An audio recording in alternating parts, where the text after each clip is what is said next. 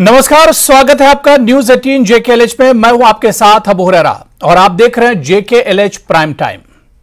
Article 370 के मामले पर सुप्रीम कोर्ट में 11 जुलाई से सुनवाई होगी। जम्मू कश्मीर का विशेष दर्जा खत्म करने वाले संविधान संशोधन को चुनौती का मामला 2019 में संविधान पीठ को सौंपा गया था, लेकिन अब तक इस मामले पर सुनवाई नहीं हुई है।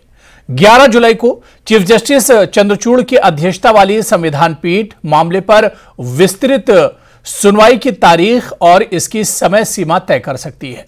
इस बीच जम्मू कश्मीर में 370 पर सुनवाई पर राजनीतिक पार्टियों का मिला जुला रिएक्शन सामने आया है। नेशनल कॉन्फ्रेंस लीडर और पूर्व सीएम उमर अब्दुल्ला ने कहा है कि आखिरकार पीठ का गठन हो गया है। मैं अब सही ढंग से सुनवाई शुरू होने को लेकर बहुत पुरुम्मीद हूं, होपफुल हूं। जबकि पीडीपी चीफ महबूबा मुफ्ती का बयान भी सामने आया है। उन्होंने कहा कि आर्टिकल 370 के अवैध तरीके से खत्म करने वाली, चुनौती देने वाली 2019 से लंबित याचिकाओं पर आखिरकार अब सुनवाई के माननीय सुप्रीम कोर्ट के फैसले का स्वागत है। जबकि इस बीच बीजेपी जम्मू कश्मीर के अध्यक्ष रविंदर रैना ने कहा है कि 370 मुद्दे पर सुप्रीम कोर्ट पर पूरा भरोसा है। कोर्ट जो भी फैसला लेगा वो देश हित में होगा। तो एक बार फिर से 11 जुलाई को 370 मामले पर सुप्रीम कोर्ट में सुनवाई शुरू हो रही है और इस बीच एक बार फिर से जम्मू कश्मीर में जो राजनीतिक पार्टियां हैं उनके बीच इस पर कहीं ना कहीं बयानबाजी, चेमेगोइयां और सियासत देखने में मिल रही है। आज इसी पर हम JKLH प्राइम टाइम में चर्चा करेंगे।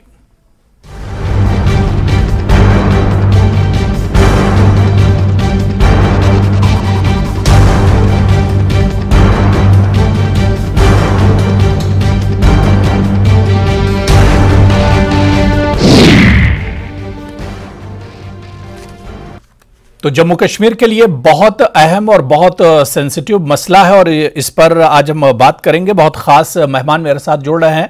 बहुत जल्दी अपने मेहमानों का आपसे इंट्रोडक्शन करा देता हूं। मेरे साथ पॉलिटिकल एक्सपर्ट हैं सुहेल काजमी साहब, जम्मू से जुड़े हुए हैं। आदित्य गुप्ता जी हैं, लीडर हैं पीडीपी से, कल भी हमारे साथ जुड़े थे। मंजूर भट्ट जी हैं जो कि लीडर हैं जम्मू कश्मीर बीजेपी से, श्रीनगर से हमारे साथ जुड़े हुए। और एडवोकेट मुजफ्फर इकबाल खान साहब हैं, जाना माना चेहरा है और सीनियर लीडर हैं जम्मू कश्मीर नेशनल कॉन्फ्रेंस के। सभी मेहमानों का बहुत इस्तकबाल है, बहुत स्वागत है न्यूज 18 JKLH में। मैं सबसे पहले मंजूर भट्ट जी आपसे ही शुरुआत करना चाहूंगा कि 11 जुलाई से माननीय सुप्रीम कोर्ट जो है वो 370 मामले पर सुनवाई करने जा रहा है। लेकिन मंजूर भट्ट जी, क्योंकि मामला सुप्रीम कोर्ट में है, लेकिन बीजेपी बार बार यही कहती है कि 370 खत्म हो गया, अब दोबारा से वापस नहीं आएगा, ये वापस नहीं हो सकता। इस तरह की बातें आप लोग करते हैं जबकि मामला लीगल उससे जुड़ा हुआ और सुप्रीम कोर्ट में है अभी। नहीं, देखिए, जिस तरीके से आपने खुद अभी कहा कि माननीय प्रदेश अध्यक्ष रविंदर रैना जी ने कहा कि आज जो सुप्रीम कोर्ट है उससे बड़ा न्यायालय हमारे पूरे मुल्क में है नहीं और पूरे लोगों को उस पर भरोसा है। जो उसका निर्णय होगा वो लोगों के हित में होगा, हमारे देश के हित में होगा। लेकिन हमें समझना पड़ेगा कि आर्टिकल 370 अब जब हटा है जम्मू कश्मीर से तो उससे लोगों ने क्या नुकसान पाया, बल्कि पाया ही है। अब आज लोगों ने जो पिछले 70 साल से यहां पर जो ठेकेदार है सियासी पार्टियों के, यहाँ रीजनल पार्टी जिन्होंने यहाँ राज किया है, वो अब फिर से उनको एक मुद्दा मिल चुका है कि लोगों को वो फिर से बेवकूफ बनाएंगे। लेकिन आज लोगों को समझ आया है आर्टिकल 370 अगर था वो इन्हीं करप्ट भ्रष्टाचारी मिनिस्टरों के लिए था जो नेशनल कॉन्फ्रेंस में पिछले 40 या 70 साल से राज कर रहे हैं। उससे आम लोगों को आज कोई फर्क नहीं पड़ रहा है। हाँ, ये बात सही है, हर कोई एक पिटीशन दर्ज कर सकता है, अदालत हर एक के लिए है। और जिस तरीके से अब लोगों को जो धोखे में हमेशा इस कभी सेल्फ ऑटोनॉमी की बात की गई, कभी आर्टिकल 370, इनके पास एक सौदा होता था इलेक्शंस में जाने के लिए। आज अब रीजनल पार्टीज के लिए बचा कुछ नहीं। उमर साहब क्या लेके जाएंगे, महबूबा जी क्या लेके जाएंगी, आज ये खाली हाथ है। अब आज जो सुनवाई हो रही है तो मुझे लगता है अब लोगों को शायद इनको लग रहा है फिर से हम बेवकूफ बनाएंगे, लेकिन आज कश्मीरियों को समझ आया है आर्टिकल 370 कुछ नहीं था, वो जा चुका है, अब उसका आना नामुमकिन है। मतलब वो कोर्ट में है, लेकिन आप लोगों को ये उम्मीद है कि वो वापस से नहीं आएगा। हालांकि अभी कोर्ट के फैसले का इंतजार करना होगा कि कोर्ट का फैसला क्या होता है, कोर्ट का रुख इस पर क्या कुछ होता है। मैं एडवोकेट मुजफ्फर इकबाल खान साहब आपके पास आना चाहूंगा, क्योंकि आप खुद इसमें पिटिशनर हैं, पार्टी हैं। किस तरह से इस पूरे मामले को देखते हैं? क्योंकि उमर अब्दुल्ला का मैं ट्वीट देख रहा था, उन्होंने कहा कि चलिए देर आए दुरुस्त आए, और अब सही ढंग से इस पर एक तरह से सुनवाई शुरू होगी, जिसे लेकर मैं बहुत पुरउम्मीद हूं। सिर्फ उमर साहब ही नहीं, पूरे जम्मू कश्मीर की आवाम जो है वो पुरउम्मीद है जी, सवाए उनके जो कुछ चंद खरीदे हुए लोग हैं, जो बीजेपी के खरीदे हुए लोग हैं, और उन्होंने तो कहना ही है क्योंकि उन्होंने ही हटाया है। बाकी जम्मू कश्मीर में आपको कोई ऐसा फर्द नहीं मिलेगा। और अगर कोई बीजेपी का आदमी अगर टीवी चैनल पे या मीडिया में आकर ये कहता भी है ना, आप अपना ये शब्द वापस ले लीजिए। प्राइवेट लाइफ में आप चुप रहिएगा, मैंने आपके टोका बीच में, who are you to speak in this? ये कोई तरीका नहीं है। नहीं, आप गलत शब्द इस्तेमाल करेंगे तो आपको तो बताना पड़ेगा मुझे। इस तरह ये नॉनसेंस आदमी को बैठाते हो आप लोग, इस तरह क्यों बीच में बोलते हो आप? नहीं चलिए ठीक है, देखिए मंजूर भट्ट में आ रहा हूं, मंजूर जी मैं आ रहा हूं, ठीक है, आप बात पूरी कर लीजिए मुजफ्फर इकबाल जी। गलत शब्द का इस्तेमाल कर रहे हैं, इनको थोड़ा बचाइए, और इनको अपने जो लहजे में है उनको बात करने का तरीका जबान नहीं देखिए यहाँ बदकलामी, ठीक है, देखिए नेशनल चैनल पे कर रहे हैं। देखिए ये बताने की जरूरत है कि किस तरह की जबान का इस्तेमाल करना है, इनकी पार्टी को दर्शाता है। सिर्फ मुद्दे पर चर्चा नहीं करना होता है डिबेट में। देखिए डिबेट में सिर्फ मुद्दे पर चर्चा नहीं करना है, हमें अपने अखलाकी हमारी क्या जिम्मेदारी उसका भी ख्याल रखना है। ठीक है, मुजफ्फर इकबाल जी जवाब दे रहे हैं। मंजूर भट्ट जी खरीदे हुए लोग नहीं है। मंजूर भट्ट में आ रहा हूँ, दुनिया की सबसे बड़ी पार्टी, उनको मंजूर भट्ट में आ रहा हूँ। मंजूर जी सुन लीजिए, मैं आ रहा हूँ, मौका दे रहा हूँ, और कौन किस तरह की जबान इस्तेमाल कर रहा है मैं देख रहा हूँ, सुन रहा हूँ। ठीक है मुजफ्फर जी बात पूरी कर लीजिए। मुजफ्फर इकबाल जी। जी अबू हरेरा जी, बेसिकली ये इस केस की प्लीडिंग जो है वो मार्च 2020 में कंप्लीट हो गई थी। फिर कोविड आने की वजह से, क्योंकि इसमें जितने भी लवाजमात थे, ये तकरीबन 20 पिटीशंस हैं, जिन 20 पिटीशंस में जवाब जो है सेंट्रल गवर्नमेंट ने, यूनियन गवर्नमेंट ने फाइल किया हुआ है, और ये राइप है for hearing now. The only process left is argument. और शायद आपको याद होगा उस वक्त 5 जज बेंच जो बना था, उसमें से कुछ जो हमारे ऑनरेबल जजेस हैं वो इन द इंटरव्यूइंग पीरियड वो रिटायर हो गए हैं। अब दोबारा ये बेंच कंस्टिट्यूट हुआ है, और इसमें उस वक्त जो पहले बहस चली 4 दिन तक, वो सिर्फ इस पर बहस थी कि भाई ये रेफर होना चाहिए टू अ लार्जर बेंच, या यही 5 जजेस के बेंच इसको सुनेंगे। उसमें जो गवर्नमेंट की ये प्ली थी, गवर्नमेंट ये चाहती थी, यूनियन गवर्नमेंट, उस वक्त के जो अब रिटायर हो गए वो भी अटॉर्नी जनरल जो थे, अटॉर्नी जनरल का ये स्टैंड था, गवर्नमेंट का ये स्टैंड था कि क्योंकि पहले 2 जजमेंट्स हैं, जिन जजमेंट्स में ये कहा गया है कि आर्टिकल 370 जो है वो परमानेंट फीचर बन गया है। एक कॉन्स्टिट्यूशनल बेंच की जजमेंट है जिसमें यह कहा गया है कि नहीं, ये परमानेंट फीचर नहीं है। और 2 जजमेंट ऐसी हैं जिसमें एक संपत प्रकाश की जजमेंट है, और एक और जजमेंट है जिसमें सुप्रीम कोर्ट ने यह कह दिया है कि अगर आप इसको अमेंड करना चाहते हैं 370 को, तो आपको कॉन्स्टिट्यूट असेंबली दोबारा बनानी पड़ेगी, और कॉन्स्टिट्यूट असेंबली से इसकी वेटिंग करवानी पड़ेगी।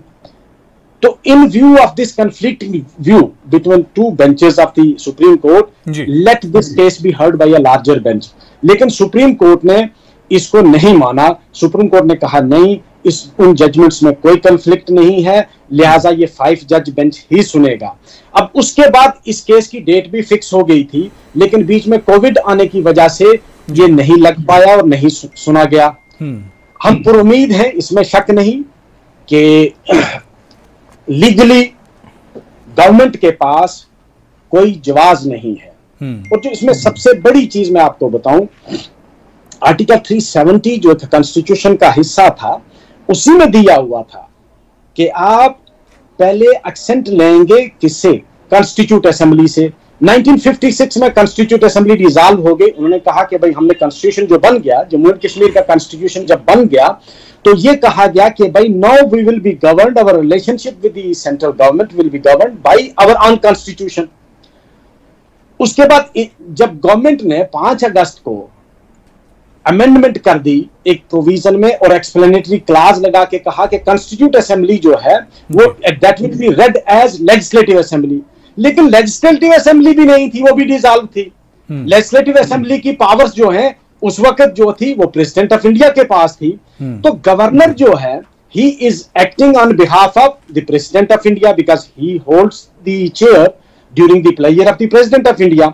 तो गवर्नर जो असेंट दे रहा है वो किसकी दे रहा है? प्रेसिडेंट के बिहाफ पे। तो प्रेसिडेंट किसको असेंट देगा? अपने आप को। तो ये एक कानूनी जो है legally it is not tenable कि एक गवर्नर साहब है, this is purely a legal issue, political issue नहीं है।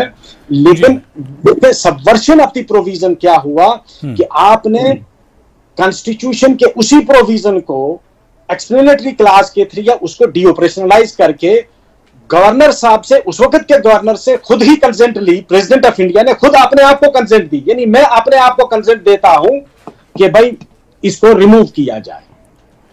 तो वो बिल्कुल गैर कानूनी और किस किस्म का बिल्कुल मुजफ्फर इकबाल जी, शुरू से और अब तक जो तमाम इसमें अड़चने और जो अब तक कार्रवाई हुई है उस पर आपने एक तरह से रोशनी डाली और पूरी उम्मीद है इस पूरे मामले को लेकर आगे जो इस पर कार्रवाई सुप्रीम कोर्ट में होगी। मैं आदित्य गुप्ता जी आपके पास आना चाहूंगा। 4 साल के बाद, एक लंबे इंतजार के बाद, और खासतौर से जो पॉलिटिकल पार्टियां थी वो वेट भी कर रही थी कि जल्दी से इस पर सुनवाई शुरू हो, इसे पुश मिले और उसके बाद इस पर सुप्रीम कोर्ट में इस पर सुनवाई होनी चाहिए। अब वो वक्त आ गया है, 11 जुलाई से इस पर आदित्य गुप्ता जी सुनवाई होगी। देखिए, सबसे पहले तो ये है कि हम बहुत खुश हैं कि सुप्रीम कोर्ट ने बेंच कॉन्स्टिट्यूट किया है, डेट फिक्स की गई है जिस दिन सुनवाई होगी जी। ये लीगल इशू है जिसपे पूरी जम्मू कश्मीर रियासत के सब लोग परमानेंट रेजिडेंट्स जो हैं उनकी नजर है, क्योंकि उम्मीद से है। तो पहले तो हम बहुत खुश हैं, हम शुक्रिया करते हैं सुप्रीम कोर्ट का कि उन्होंने ये मैटर लिस्ट किया और वो सुन रहे हैं इसको। उसके अंदर लीगल इंट्रिकेसीज हैं, इशू क्या है, मुजफ्फर खान साहब ने अभी एक्सप्लेन किया। उस इश्यूज के ऊपर हम भी देख रहे हैं, वो इश्यूज हैं इन्वॉल्व, सीरियस लीगल इश्यूज है जिसकी इंटरप्रिटेशन सुप्रीम कोर्ट ही जो कॉम्पिटेंट कोर्ट है जो करेगी। And we have full confidence in the courts system. That is the only judicial system, is the only system in which has been absolutely protected from their interference, from the interference of the government. They and it is the hats off goes to the judges that they have ensured that the system is intact. अब यहां से हटते हुए जब मैंने कहा कि जब जम्मू कश्मीर की रियासत में लोग जो हैं, स्पेशली जम्मू के लिए जब मैं कह रहा हूं कि लोग इसलिए ज्यादा इस चीज की तरफ देख रहे हैं और काफी उम्मीदवार इसलिए हैं क्योंकि जो 2019 में ये बोला गया था कि अच्छे दिन आएंगे आपके लिए, अब जम्मू खित्ते के लोग ज्यादातर बोल रहे हैं कि यार ये बुरे दिन कब खत्म होंगे। तो 370 की हियरिंग को एक किस्म से उस एंगल से भी देखा जा रहा है जम्मू में।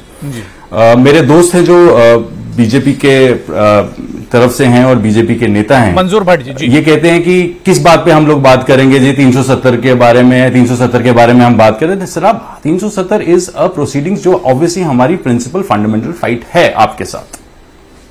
That is one factor, because हम लोग केयर करते हैं, हमें पता है कि महाराजा साहब ने हमारे लिए एक स्पेशल सेफगार्ड्स क्रिएट किए गए थे। हमारे सेफगार्ड्स क्रिएट किए गए थे हमारे कल्चर को प्रोटेक्ट करने के लिए, हमें प्रोटेक्ट करने के लिए, डोगरास को बेसिकली प्रोटेक्ट करने के लिए। तो 70 साल article 1 minute sir, I don't हमें क्या मिला और क्या डेवलपमेंट्स हुई? Sir, I do not interfere sir. See when you have to come into a debate, I don't believe in shouting, interfering in between. Sir please, let's maintain some kind of decorum so that people who are listening to us उनको समझ तो आए कि बात क्या कर रहे हैं। आप पहले बात सुने ना, फिर उसके बाद you are free to revert. ये don't do this. Let's start a trend जहां पर हम एक दूसरे को रोकेंगे नहीं, एक दूसरे को बात करने देंगे, लोगों तक बात पहुंचने देंगे। सो आप कहते हैं ना इश्यूज, 370 की एब्रोगेशन के बाद जम्मू कश्मीर को क्या मिला है? जम्मू कश्मीर को बेरोजगारी मिली है, फेलिंग हेल्थ इंफ्रास्ट्रक्चर मिला है, जम्मू का टूरिज्म टोटल शैम्बल्स में है। आपने G20 किया, आपने एक दिन के लिए कोशिश नहीं की कि जम्मू में करते। जम्मू के टूरिज्म को बूस्ट की जरूरत है, उसको वो सांसें चाहिए ताकि वो सरवाइव कर सके।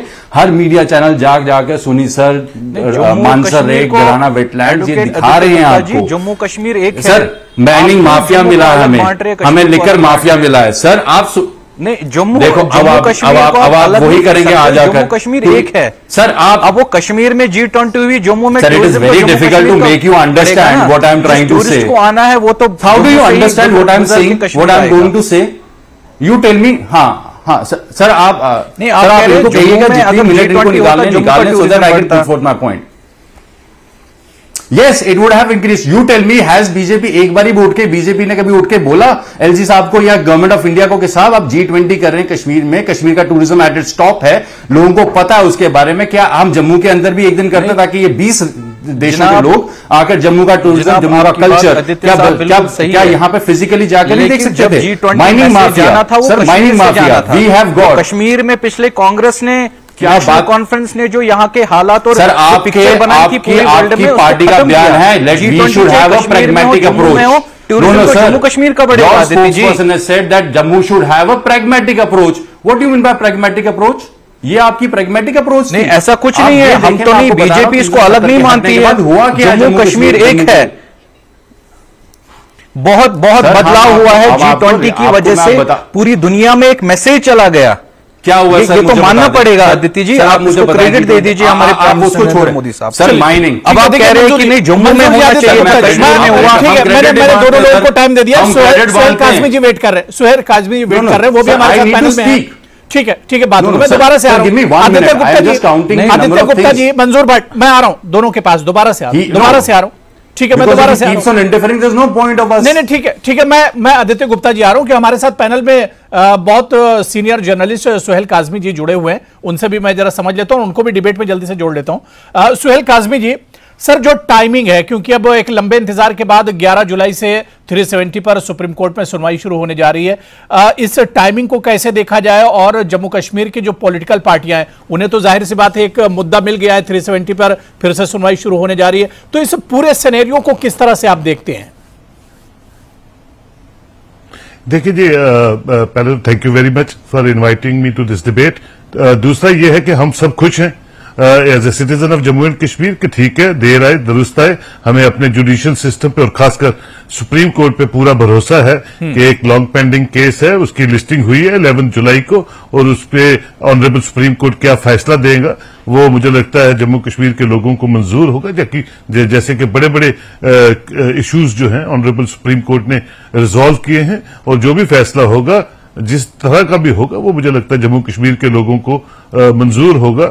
जहां तक पॉलिटिकल, मैं तो किसी सियासी पार्टी से नहीं हूं, सियासी पार्टी का काम होता है अपना अपना पॉइंट ऑफ व्यू रखने का, और ठीक है वोटरों को लुभाने का या वोटरों से किस तरह से बात करने का।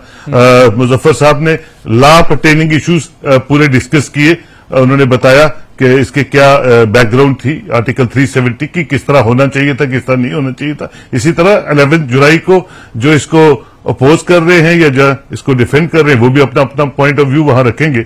लेकिन जहां तक मैं समझता हूं, अगर आप देखें जम्मू कश्मीर की हिस्ट्री को, जहां मेरे पीडीपी के भाई ने कहा कि महाराजा का एक्सेशन, और उस महाराजा जी का एक्सेशन लॉर्ड माउंटबेटन का और उनके बीच का जो एक्सेशन था, उसकी जो इरोजन थी वो सादिक साहब के टाइम 1965 में, जब सादिक साहब प्राइम मिनिस्टर थे जम्मू कश्मीर के, उसके साथ साथ आहिस्ता आहिस्ता जब 67 में उनकी सरकार चलेगी तो वहां से शुरू हो गया, और उसके बाद हम प्राइम मिनिस्टर से चीफ मिनिस्टर पे आ गए और सदर रियासत से गवर्नर पे आ गए। तो पहला स्टार्ट जो है वहां से हुआ था, और आहिस्ता आहिस्ता जब शेख साहब ने हुकूमत यहां संभालनी थी 75 शायद इंदिरा जी के साथ, तो उन्होंने कहा कि शर्त यह रखी कि पहले वो स्टेटस मेंटेन किया जाए प्राइम मिनिस्टर का और सदर रियासत का, फिर हम गवर्नमेंट बनाएंगे। तो इंदिरा जी बड़ी हेडस्ट्रॉन्ग प्राइम मिनिस्टर रही हैं, उन्होंने कहा कि बीती बातों को छोड़ के, पुरानी चीजों को छोड़ के हमें आगे बढ़ना चाहिए, रियासत को, जम्मू कश्मीर रियासत को आगे बढ़ाना चाहिए। ये हिस्ट्री है, इसकी बैकग्राउंड ये है, और फिर हम आगे बढ़े। और तो इस आर्टिकल 370 आहिस्ता आहिस्ता भारतीय जनता पार्टी का मौकफ तो था, वो तो आप सब जानते हैं। श्यामा प्रसाद मुखर्जी का था कि जब भी हम एब्सोल्यूट मेजोरिटी में आएंगे, जब भी सत्ता में आएंगे, तो आर्टिकल 370 नहीं रहेगा, एक संविधान, एक प्रधान और एक जैसा देखा जाएगा पूरी रियासतों को, जैसे बाकी रियासतों को देखा जाता है। और फाइनली जब वो पावर में आए, उनकी कोलिशन यहां बनी पीडीपी के साथ, वो और उसके बाद आपके सामने है सारा मंजर। लेकिन मैं समझता हूं कि आर्टिकल 370 से आगे भी हमको देखना है। आर्टिकल 370 के आगे भी एक हिंदुस्तान है, एक जम्मू कश्मीर है, और वो किस तरह प्रॉस्पेरस होगा, किस तरह 1,30,00,000 लोग यहां अमन अमान और आगे बढ़ सकते हैं, अलगाववाद और सारी चीजों को छोड़ के। अब मेरे कुछ भाई ये बोलते हैं कि नहीं, हमने खोया ही खोया, हमने पाया कुछ नहीं आर्टिकल 370 क्योंकि अभी सुप्रीम कोर्ट में अदालत में ये पूरा मामला तो देखना बहुत अहम होगा कि अदालत का रुख इस पर क्या होता है, ये तो देखने वाला होगा। मैं सुहेल काज़मी जी दोबारा से आपके पास आऊंगा। मैं एडवोकेट मुजफ्फर इकबाल जी आपके पास आना चाहूंगा। मुजफ्फर इकबाल खान साहब जी, यहां पर बात सुहेल काज़मी ने बड़ा अच्छा छड़ा इरोजन की बात की, तो इससे पहले हम देखते हैं कि जहां तक 370 को कमजोर करने की बात है, उसके इरोजन की बात है, ये तो एनसी सरकार और पीडीपी की जो सरकार थी उसी वक्त से शुरू हो गया था इसका इरोजन। इसको कमजोर किया जा रहा था, इसको असेंबली के जरिए मजबूत नहीं किया गया। देखिए, असेंबली की पावर ये नहीं है जी।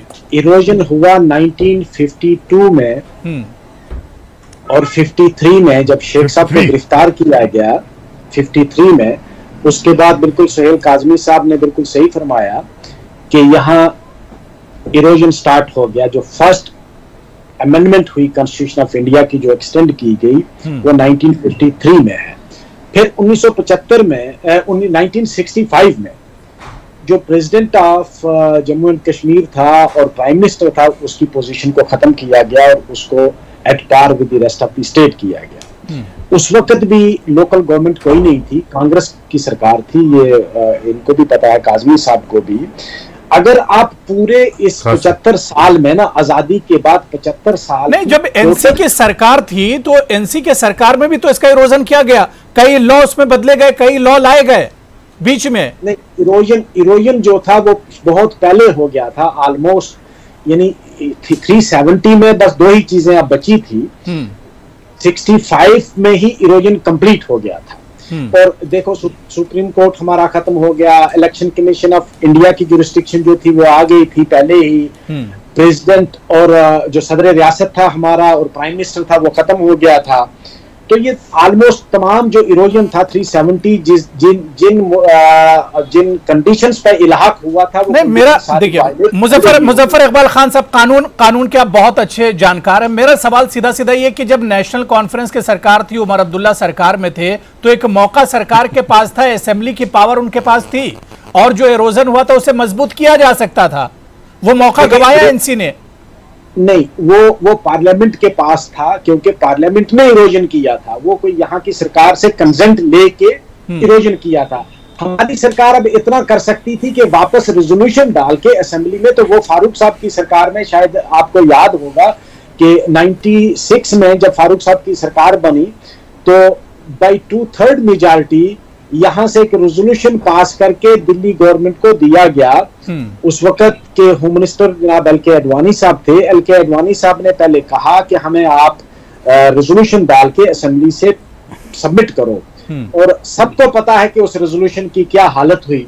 वो रेजोल्यूशन डस्टबिन में फेंक दिया गया, तो वो कोई पॉसिबिलिटी नहीं रही, क्योंकि पार्लियामेंट ने ये रिस्टोर करना था। पार्लियामेंट ने हम ज्यादा से ज्यादा उनको रिकमेंड कर सकते थे, रेजोल्यूशन पेश कर सकते थे, वो किया गया। लेकिन उसके बाद वो उनकी सियासी तौर पर नेशनल कॉन्फ्रेंस वालों की क्या हालत हुई, ये वो पार्टी तोड़ने की कोशिश की गई, भाई इनको कमजोर किया जाए। खैर, मैं उस डिबेट में नहीं जाऊंगा, ठीक है। लेकिन एक चीज मैं कहूंगा, जी, ये अक्सर जब भी कोई बोलता है तो कहते हैं जी पिछले 70 साल।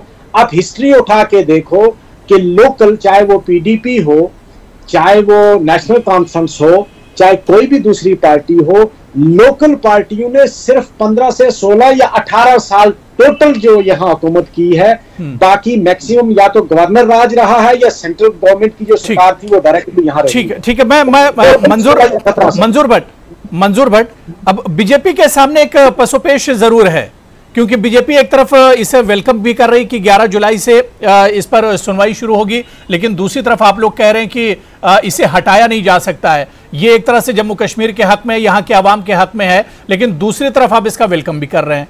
हालांकि रविंदर रैना जी ने खुद उन्होंने कहा कि कोर्ट जो भी फैसला करेगा वो देश हित में होगा।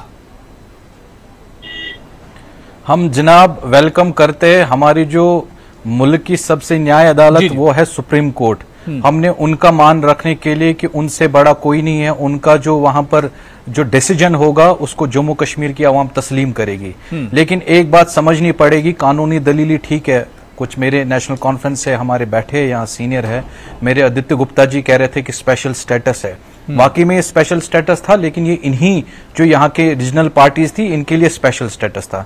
जनाब अली 70 साल से जो कह रहे 70 साल से ही हमें कांग्रेस ने धोखा दिया जम्मू कश्मीर को।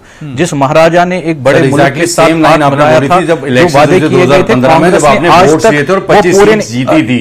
जब आपने आदित्य जी आप बीच में टोक रहे, थोड़ा मैं कंप्लीट करूं। के साथ गलत किया। No no sir, now you open the flood gates. Now you have to handle me. जी कह रहे थे आप बीच में टोक रहे हैं, मुझे तो बोलने दीजिए। Exactly the same line जो जम्मू में बोली गई थी, और जब आपने की थी, इसलिए मैंने आपको सवाल पूछा था कि आपने जम्मू से तबाही की है। जो बिछड़ी थी हमसे, उसको तो इसी गवर्नमेंट इन्हीं 4 सालों में रिजर्वेशन मिली। हमारी एसटी कम्युनिटी है, हमारी पहाड़ी, आप देखिए उनकी क्या हालत थी। जो वादे किए गए थे, क्या अलगावाद आपको लगता है 370 क्या अलगावाद के लिए स्पेशल स्टेटस था?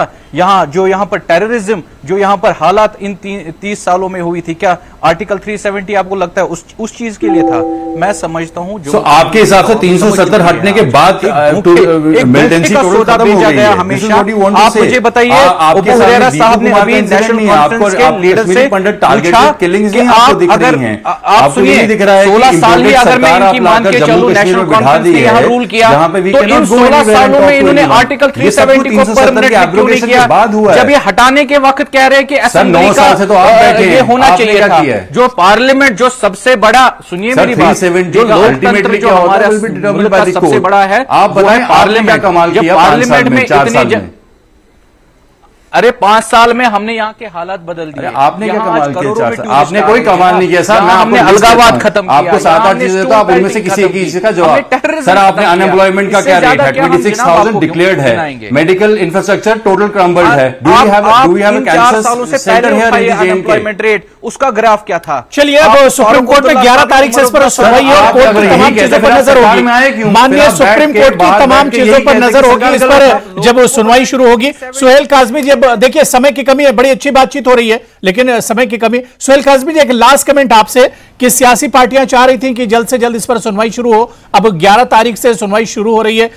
जो सियासी पार्टियां, क्या उनका भी नफा नुकसान इस सुनवाई में एक तरह से छुपा हुआ है? आगे लोकसभा के चुनाव भी हैं काज़मी जी। देखिए, सारी जो भी रीजनल पार्टीज हैं उनका जो मैनिफेस्टो है वो आर्टिकल 370 से जुड़ा हुआ है। मैं उस पर चर्चा नहीं करता। पूरा जम्मू कश्मीर जानता है कि जम्मू कश्मीर एक flourishing progressive union territory article 370 के हटने के बाद बन रहा है, और उस पर चर्चा करना मैं समझता हूं जाती तौर पे एज ए सिटीजन हम सब मानते हैं कि हम आगे बढ़ रहे हैं। ठीक है, इलेक्शंस यहां डिलेड हैं, लेकिन आने वाले दिनों में बाकी यूनियन टेरिटरीज की तरह जम्मू कश्मीर आगे चले, इस पे काम होना चाहिए, हो रहा है। और मुझे लगता है इसमें सबसे ज्यादा भागीदारी जो है वो लोगों की है। लोग अमन चाहते हैं, लोग हॉलो स्लोगन्स पे बिलीव नहीं करते हैं कि हमने क्या खोया है, और उस पर हम चर्चा नहीं करेंगे। लेकिन क्या पाना चाहते हैं जम्मू कश्मीर के लोग? यहां पिलग्रिम टूरिज्म बढ़े, यहां कश्मीर का टूरिज्म बढ़े, अलाइड सेक्टर जो टूरिज्म के साथ जुड़े हैं, रोजगार के साथ जुड़े हैं। लंबे इंतजार के बाद, 4 साल तवील इंतजार के बाद अब इस पर एक तरह से सुनवाई शुरू हो रही है। आगे सुप्रीम कोर्ट का इस पर क्या रुख होता है ये देखना बहुत दिलचस्प होगा, बहुत अहम होगा, बहुत अहम मुद्दा है, बहुत सेंसिटिव मामला है। बहुत बहुत शुक्रिया, बड़ी अच्छी बातचीत हुई। सुहेल काज़मी जी हमारे साथ जुड़ने के लिए, आदित्य गुप्ता जी, मंजूर भट्ट साहब और एडवोकेट मुजफ्फर इकबाल खान साहब, सभी का बहुत बहुत शुक्रिया चर्चा में जुड़ने के लिए। नमस्कार।